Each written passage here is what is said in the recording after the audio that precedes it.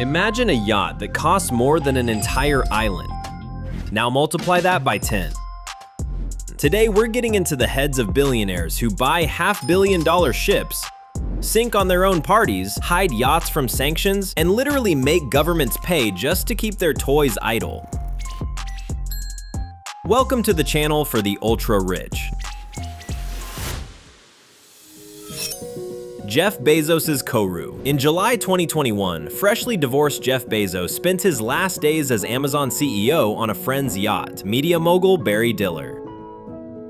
That $200 million boat is one of the tallest sailing yachts in the world, with a figurehead of Diller's wife on the bow. A few years later, Bezos got his version plus, the sailing super yacht Koru, roughly $500 million. It's the tallest sailing yacht on the planet, also with a figurehead on the bow. This time not the wife, but Lauren Sanchez. Lauren joked that if it really were her, they would have had to make the boobs bigger. Zuck would agree with that one. Koru means new beginning in Maori, a fitting name for a half-billion-dollar symbol of a new life.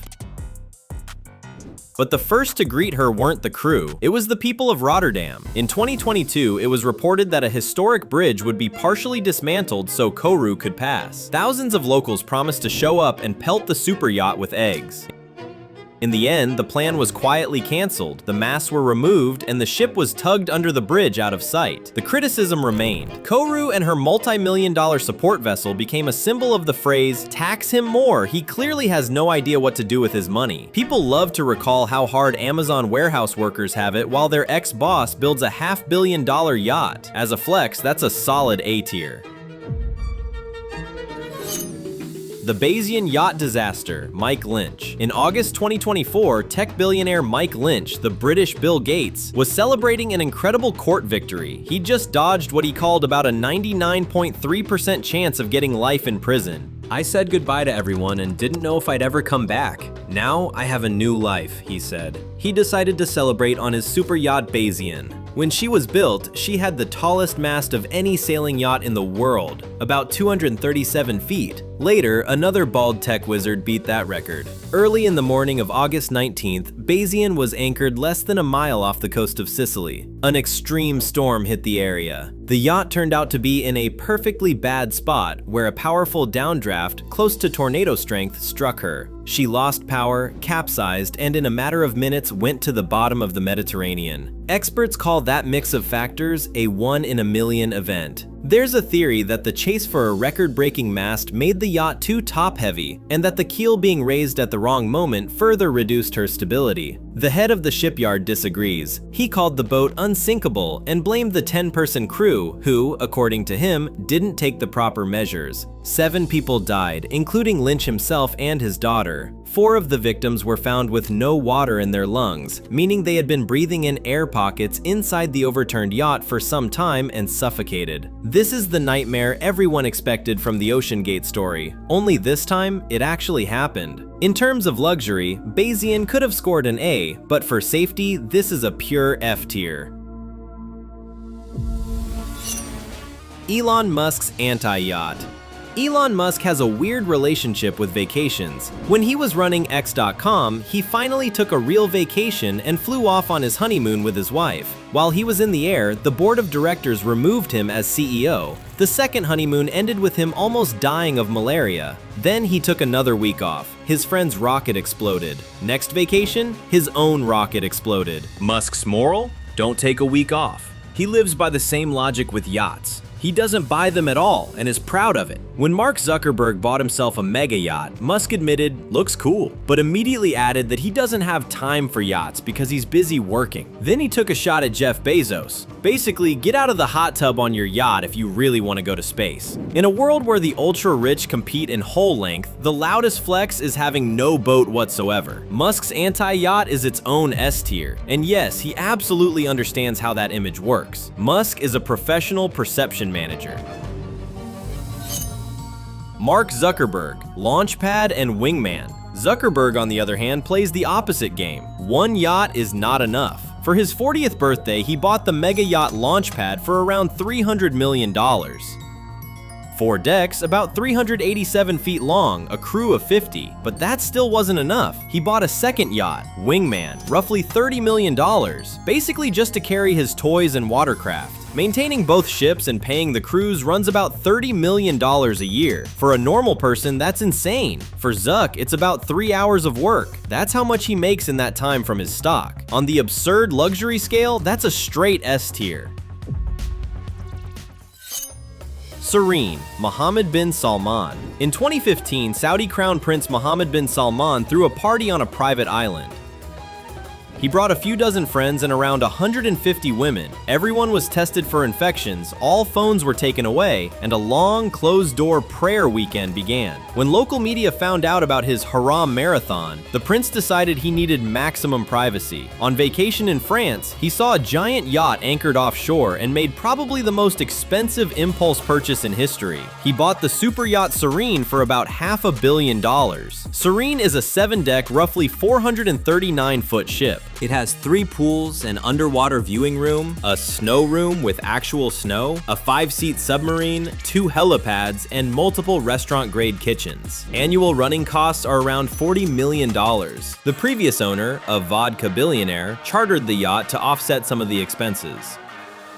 One of the guests was Bill Gates. The professional climate activist paid about $5 million for a single week on board. That's how the green agenda and a $500 million yacht intersect in one point. On the luxury scale, bin Salman is A tier. David Geffen and Rising Sun. Producer David Geffen bought the 454-foot yacht Rising Sun for roughly $500 million. Presidents, tech billionaires, stars, singers, and the same climate activists have all been on board. During the pandemic, with a single photo, Geffen turned his boat into a symbol of being out of touch. He posted a shot of Rising Sun in the Caribbean on Instagram and wrote that he was self-isolating on the yacht somewhere in the Grenadines and hoped that we, the common people, are also staying safe. TV hosts tore him apart on air. He's really posting a glam shot of his yacht and writing, "Guys, hang in there. I'll ride out the virus on my ship in the Caribbean." It was one of the harshest public flexes. Still, in terms of comfort, the yacht is A tier, but because of public perception, the overall rating drops to B tier. Larry Ellison and Sayonara. In 1998, during an Australian regatta, billionaire Larry Ellison steered his racing yacht Sayonara, sometimes called Sonora, straight into the center of a storm at hurricane strength. He said that when you crest a wave, it feels like falling down an elevator shaft, and the boat is tossed around as if it was dropped from a 4-story building onto concrete. The race ended with 6 deaths on other boats. Ellison's crew somehow got away with broken bones and the win. "If our boat had sunk, we'd all be dead," he admitted. But Larry's main takeaway wasn't about safety. It was about speed. The yacht was not fast enough. The next boat got a 20-story carbon wing sail, and with it at the helm, Team USA won the America's Cup for the first time in 15 years. For relaxing, Ellison has a different kind of luxury. Ronin, Katana, Rising Sun, Musashi, all with nods to the Way of the Samurai, which he's obsessed with. You're not an anime fan, you're just broke. That's what his fleet is saying. Thrill and scale, Ellison is pure S tier. Andrei Melnitchenko and Sailing Yacht, a motor yacht A. At around $300 million, and Sailing Yacht A at about $600 million, are the most recognizable yachts owned by Andrei Melnitchenko. Their shapes look like they were drawn by a kid with an unlimited budget. The problem is, the owner ended up under sanctions. Motor Yacht A was in safe waters at the time, but Sailing Yacht A was in an Italian port, where she was seized. Under Italian law, a frozen asset has to be returned to the owner in the same condition it was in when it was seized, which means that while the yacht just sits there, the state pays for the crew, insurance, mooring, and maintenance. By some estimates, that's about $1 million a month just so the ship can exist. One day, the sanctions will be lifted and the bill may be handed to the owner. But at the current pace of events, that day is far away. No wonder people joke online. Free Sailing Yacht A, at least out of pity for the Italian budget. In terms of design, it's S tier. In terms of politics, it's D. On average, it's a conflicted B tier. Caligula and Lake Nemi. Long before oil in Silicon Valley, Emperor Caligula had his own super yachts. Gaius Caesar Augustus Germanicus, the third Roman emperor, was known as a complete madman. Among other things, he built 2 gigantic ships about 230 feet long. not for the sea, but for Lake Nemi. For their time, these ships were insanely advanced. The decks were decorated with gold, gems, and statues, with grapevines and fruit trees growing around. They were called Caligula's pleasure barges. You can be sure that in the year 37 AD, there was nothing else on Earth like those parties. History doesn't repeat, but it rhymes. Today's giga yachts are direct heirs of those floating palaces. Caligula gets his own chaos tier, S for scale, F for morals.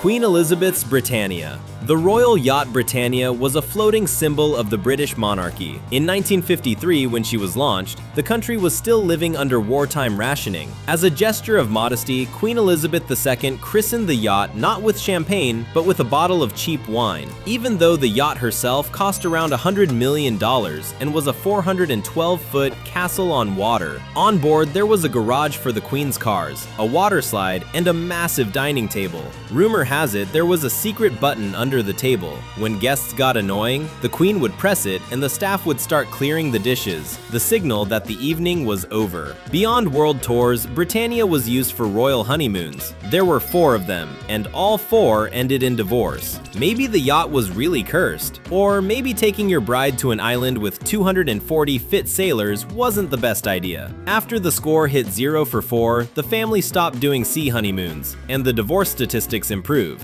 In 1997, Britannia was retired, one of the rare times the Queen cried in public. In terms of legendary status, that's a solid B tier. Trump Princess and Trump Princess 2. In 1988, Donald Trump bought a super yacht for $30 million that previously belonged to a Saudi arms dealer and renamed it Trump Princess. The yacht was literally buried in gold and onyx. On deck, there was a pool under bulletproof glass, and for any emergencies, its own hospital. But one princess wasn't enough. In the early 90s, he started the Trump Princess 2 project, which was supposed to become the largest yacht in the world. Financial troubles killed the idea, the project was canceled, and he sold the first Trump Princess to a Saudi prince. Even though Trump is no longer in the yacht club, super yacht owners still love him for his tax loopholes. He helped them save a lot on fleet maintenance. For that service, he's firmly in their A tier. Putin and graceful. Officially, Vladimir Putin makes about $120,000 a year, but he's constantly being linked to ultra-expensive yachts. One of them is graceful, around 270 feet long. On board are ultra-luxury cabins, designer beds worth about $34,000 each, marble bathrooms with gilded fixtures, and a pool that transforms into a dance floor. On the luxury scale, that's A tier. Diddy and Victorious. In 2004, Sean Diddy Combs was relaxing on his $6.3 million yacht when police suddenly stormed aboard. According to one guest, Puff just lost it. He's always afraid people are after him because of his fame, and he simply ran. Later, it turned out the raid was a mistake. The guests had been mistaken for a gang. The police apologized, but somehow the moment where the owner turned into Usain Bolt never made it into the official story. Over time, Diddy's empire grew, and with it, his yachts. By 2022, he was a billionaire and could charter the super yacht Victorious for about $1 million a week. That December, he took his 24-year-old son on this family yacht, and that's where it went wrong. A former stewardess filed a lawsuit. According to her, the boat was packed with celebrities and women, some of whom were passed out after shots of Diddy juice. In the onboard cinema, she claims, Diddy's son harassed her. The apple fell right next to the tree. In terms of luxury, it's an A, but because of the scandals, the overall rating is C tier. Evan Spiegel. Snapchat co-founder Evan Spiegel bought a roughly $200 million super yacht in his early 20s and now cruises the seas with his supermodel wife. Every time I remember this, a little iceberg wakes up inside me. I want that perfectly glossy picture to crash into reality at least once. But basically, it's just a textbook billionaire flex with no scandals. A solid B tier. Lamborghini 63 and Conor McGregor. The Lamborghini 63 is a supercar yacht. It can hit 63 knots, about 20 knots faster than the Coast Guard. Seatbelts are not a joke on this thing. The cockpit almost completely mirrors a Lambo interior. Two V12s produce about 2,000 horsepower each, started with fighter jet style switches. Price tag? Around $4 million. The first owner was UFC champion Conor McGregor. Makes sense. The fastest, loudest boat has to belong to Conor, and and some other guy who's absolutely sure he is Connor. McGregor isn't a billionaire. I just really love this yacht. A tier for speed and impact. JP Morgan and Corsair. In 1881, banker John Pierpont Morgan bought the 185-foot yacht Corsair. 9 years later, he built Corsair II, 241 feet long, to impress his friends at the New York Yacht Club, and later gave it to the military and ordered Corsair III, about 304 feet. When the third yacht was launched in 1898, a journalist asked how much it cost to operate such a monster. The answer went down in history. Sir, if you have to ask that question, you can't afford it. That's the pure essence of yacht snobbery, and an eternal A tier. Nancy Walton. Billionaire Nancy Walton, Walmart heiress, owns a super yacht worth around $300 million. In 2023, she became a target for eco-activists. In one Asian marina, they blasted the yacht with paint from fire extinguishers and unfurled a banner, "You consume, others suffer." A few months later, another protest took place in Barcelona. The message is the same. The ultra-rich who talk about sustainability are roasting the planet with their hobbies. After each action, the crew hoses off the paint. Nancy keeps cruising. The activists go to Walmart for more supplies. The cycle is complete. In terms of luxury, A. In terms of protest around it, also A. So overall, it's a noisy B tier. Gabe Newell and his fleet. Valve co-founder Gabe Newell spends most of his time at sea. During the pandemic, his 220-foot support vessel Dapple followed the main yacht like a floating hospital. Later, Gabe sold Dapple to Mark Zuckerberg and moved to the 300-foot super yacht Tranquility, which previously belonged to fraudster Joe Lowe. At the same time, he's building an even bigger project, Y722. For research, he has the vessel Pressure Drop, and for extreme depth, a submersible from Inkfish, which has already gone to the bottom of the Mariana Trench. On the first dive, the team mostly found plastic, but after that, anything is possible. A fleet, a sub on the ocean floor, and a company that prints money, that's pure S-tier life as a video game.